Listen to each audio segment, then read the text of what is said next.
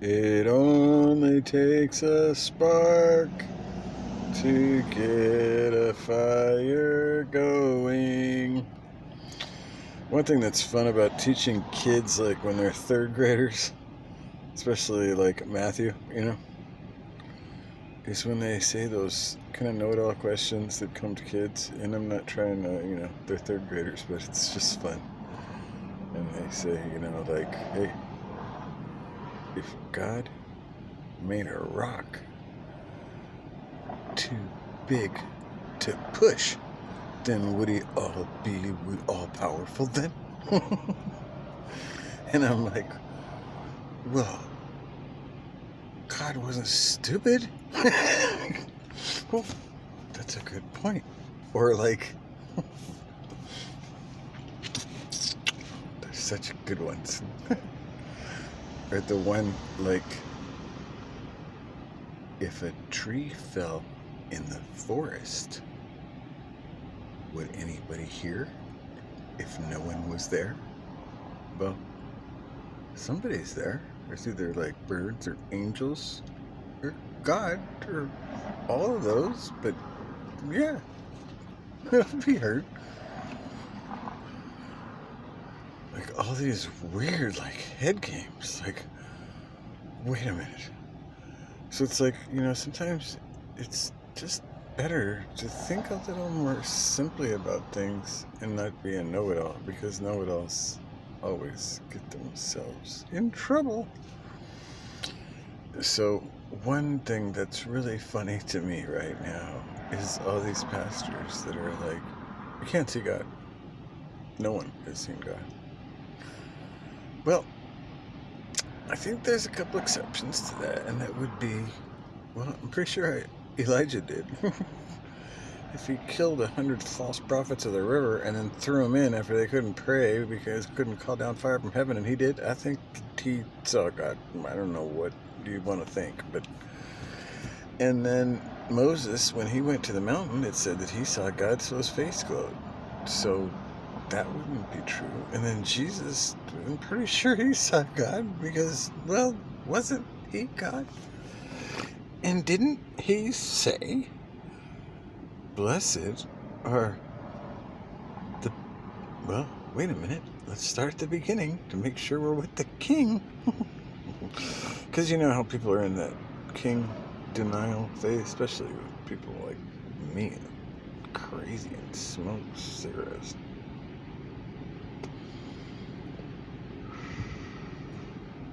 So where was I about this king denial thing?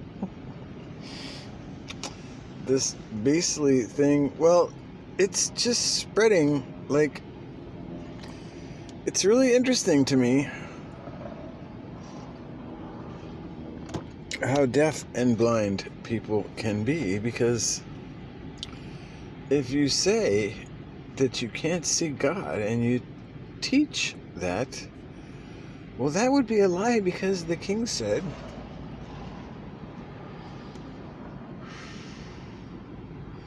blessed are the poor in spirit, for theirs is the kingdom come. So, cursed are the rich in spirit, for theirs is no kingdom come.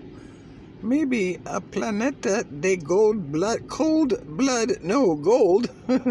It's like cold for gold. That's what the trade-off is. I know it's got to be something like that. And that would have all that fear-mongering stuff with Antarctica stuff going on. I can see it all with the UFOs. It's coming quick. That's what I see anyway. Now, you can call me nuts, and many do. But I'm going to tell you that there's quite a few that are saying there's no king to talk about here. I mean, I just went on that fun chat with Mike Winger, and I thought he was going to wake up, but he was deaf to hear and blind to see, and I must have asked him at least 20 great questions to me. Hard questions was the show. Well, Mike, I didn't see no hard ones there to answer it anyway. I saw him stumble through a few, but not answer what I had at all, or talk about a king.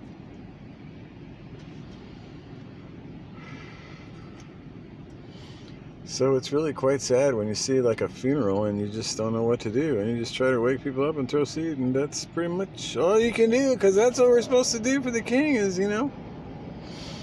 love our neighbor as ourselves. But the divider and chiefs have been hating for a lot of years, so there's a lot of hate in some of us.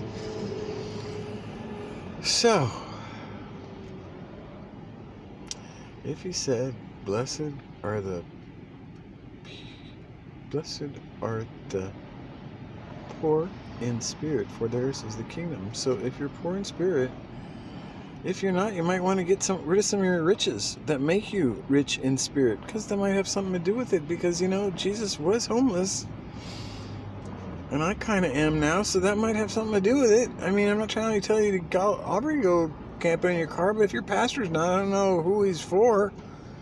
Because my king was homeless, so what the heck is that? What kind of pastor wouldn't admit to being a thief after he's already been exposed from teaching doctrines of men that make sons of hell? And he's obviously a thief. And tithing has no reason to be done right now.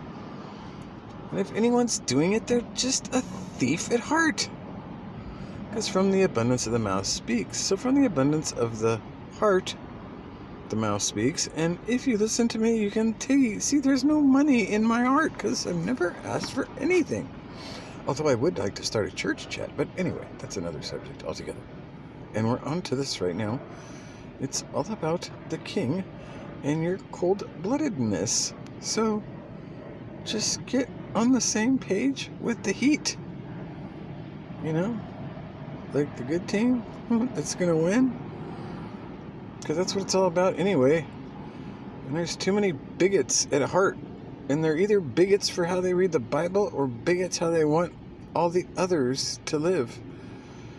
Karma sucks when there's like bad feelings in you and too many lies for too many years, and you just get sucked in and so beastly. You're just no bloody good. Just love that word when it's used sometimes. But you know what I'm saying, don't you, my fine lad?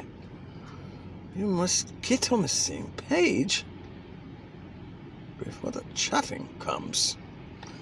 Because it's not going to get too pretty, my fine friend, when the rubber meets the road. And much of it melts quite quickly.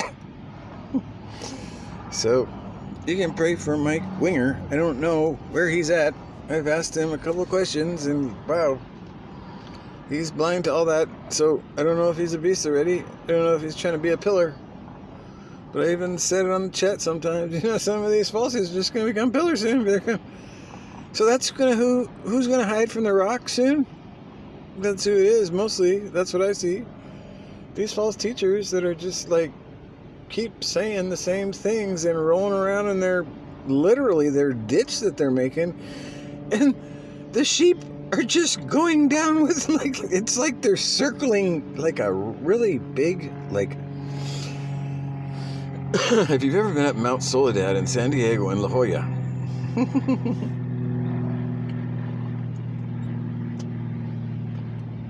that's what these false teachers are right now. They're coming down that La Jolla thing to a ditch that's as deep as La Jolla is high, and La Jolla is high. Like, if you ride on a bike straight up on Via Capri, I tell you what, you're in some shape. It took me months to train for that.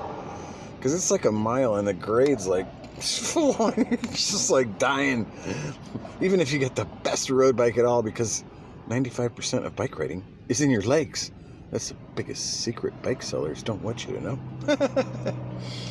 But anyway, so I'm kind of Lance Armstrong at heart, because I loved him, but he cheated with his own blood. But I didn't really think that was that bad. He wasn't using any man-made drugs. He was just trying to keep those red blood cells or white blood, whatever ones gives you strength after climbing through the Alps. Everybody wanted to watch him do it fast again. Okay, I could take out my own blood and save it while it's still good before I burn it all out after climbing these hills. What the heck? So that to me isn't all that bad. Just the lying part I don't like, because we have 7 C's of lies, and he got it started a long time ago with some of those. So that's what I'm saying. You just got to get out of these C's of lies, because wow, it's such deep cobwebs, and some of these people are so sucked in, and they so want to hold on to their buddies at church. And that's all good, but you should bring them out from the fold, because they're going down that Mount Soledad like backwards downhill, and it's going to a deep, deep ditch. So it's good to just get on the same team, follow the greatest 2 commandments, imagine Santa Claus is true, just his name is King Jesus, and it's all good from there. Have a great day.